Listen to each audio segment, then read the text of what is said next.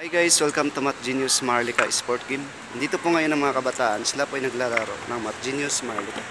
Tingnan po natin guys kung sinong mananalo sa kanila. Kung laro ay labanan ng calculation number, gagamitin nila dito ang kanilang talino at diskarte. Sino kaya ang mananalo sa kanila guys? Pero bago mangyari ang pagtatapos ng laro guys, tanungin po natin sila guys kung ano mananalo, kung ano ang masasabi nila sa laro. Boy, anong masasabi mo sa larong ito? Nakakadagdag ng tulong para tumalino sa math. Okay. Ikaw naman din po, boy. Nakaka-enjoy siya. Okay.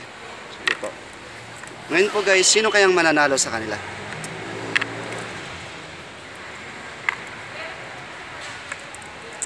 Konti na lang, halos tag-iisa na lang po.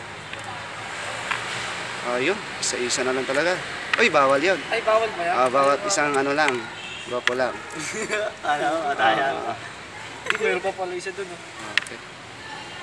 Okay, panalo pa rin siya. Hindi ko nakikita.